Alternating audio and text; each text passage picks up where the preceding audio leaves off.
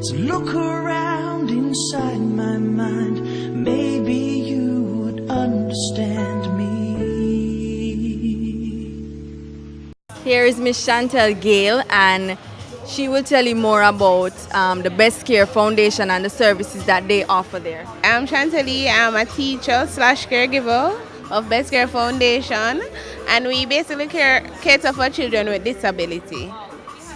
What type of disability? Autism, cerebral palsy, mental retardation, and the list goes on. Every single disability that you can think of, we have it at Best Care. What are the necessary services that are offered to persons who are over 18 at the Best Care institution? Well, we do activities because they're basically living there. So we have daily activities for the residents. They don't go to school because of their disability. So we do basically living skills with them and nature walks and so on.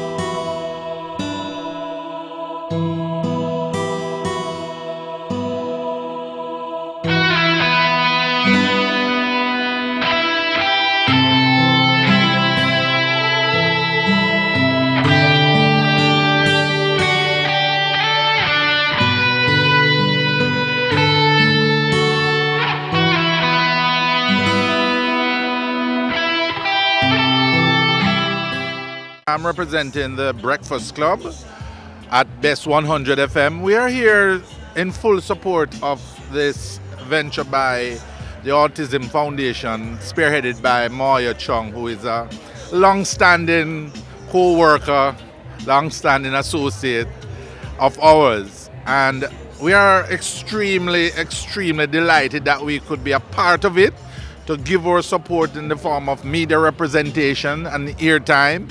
And we will always be standing with her in this really, really wonderful organization and gesture to address the autism problem in Jamaica, which is really getting to be of some significance. We will be continuing our partnership with the foundation, that autism is not death and it's not the end of the world. People can have productive lives, even going through the affliction of autism. I wish best to all the parents them who have those sick children, but we just have to just work as one big family. Because sometimes those persons come in the park and have to say sometimes to the children, to the parents, plus patrons of the park and security say these child have a sickness, so you might see them do a different kind of thing, brought the park rules, but you just have to just accept that today. Because some of the time we have to accept certain things at the park. I think this is a great job that Maia is doing along with her team in trying to help children with disabilities, because there are so many children with disabilities and they all need help, and we need to help them best we can. Actually, I could say I am somewhat of a product, because I stammer and stutter. I didn't speak properly until I was 4 years old, and thank God I'm doing so much better today with help and therapy in the earlier years. So I know children can be helped, and we should do all we can to help them, and don't just discard them because we can't be bothered to. They may take a lot of our time, and they need a lot more attention than the regular child, but we should just love them and care for them. I'm a part of the Maia Chung Autism and Disabilities Foundation. I've also been a part of this foundation from its inception, and about 3.5 years ago. And we have been doing a lot of work in terms of exposing people to autism and the effects of it, and how we can help people with it. I've also worked with the Kiwanis Club of Eastern Kingston and Port Royal, and we have done work in collaboration with Maia to promote this cause.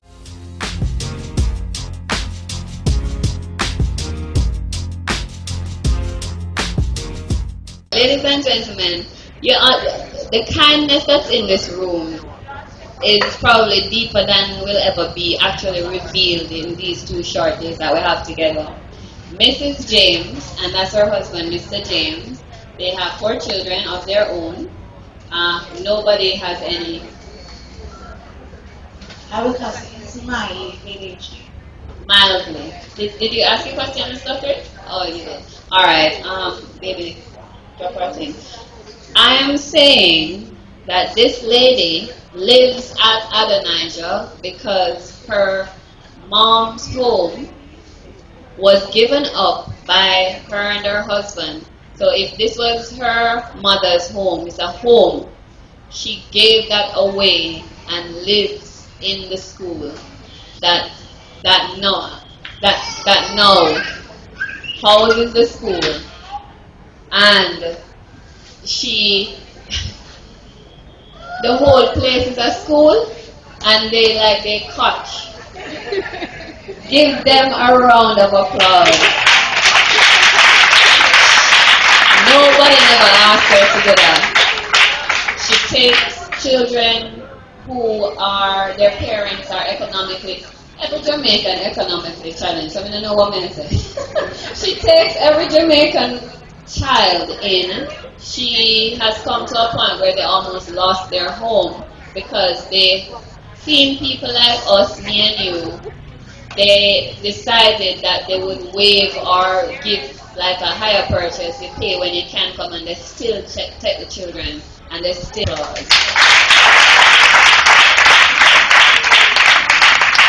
We have to educate the persons around us, and even the exhibitors who are here who service the population and don't necessarily live with children or relatives who are disabled.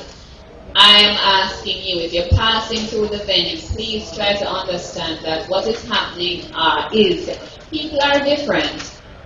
I don't have a disability, but I'm standing in front of many people who I am different from. It is a natural part of life. You cannot group up anybody that you don't like, or a bunch of people that you don't like or feel that you should look down on. Put them in a barrel and roll them off the island. We all live here. This is something that we all have to deal with. I just did an interview with Hot 102, and one of the things that the interviewer said to me was that a lot of people are not understanding that if we do not intervene, these children grow up to be the men and women that can yield negative effects. Now, it's not something I want to say about my child because my son is autistic or anybody else's child, but an unaddressed situation can yield a person who is antisocial to the point where they do an attack, they are attacked themselves, and if at this point there are so many specialists in this venue who are trained to levels I can't even imagine, who are confirming that the numbers of children with this autism thing is increasing in a ridiculous fashion. Call it 5 years down the line, what is going to be happening to these children when they're teenagers? When people, you're going to lock them up in the house? I'm asking everybody who is here to spread the word of tolerance. That's the first thing. And if you do know people who are still embarrassed and who are in denial, because I was in denial and I've said it a million times, I never wanted to have my child have autism. I mean, that's not my dream life. I was in denial for a while, but I've seen where Adonijah, represented here, have taken my son who was diagnosed as severely autistic to the point where he's going to be sitting his G-site next year. He doesn't speak. And I can tell you that every and any criticism and bad vibe I've ever gotten is all worth it, because there are people who know how to help our children.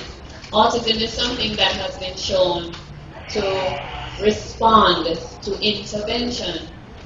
Yesterday we had a situation, I don't know who are some of our repeat attendees, we had a situation where the water, the sprinklers, upset one of the severely autistic children, and the mother was embarrassed, and she said to us that she hates bringing him out, not because she doesn't love him, because she's obviously a dedicated parent, but this is what happens, and it was a big scene, and it's not something you want for your child.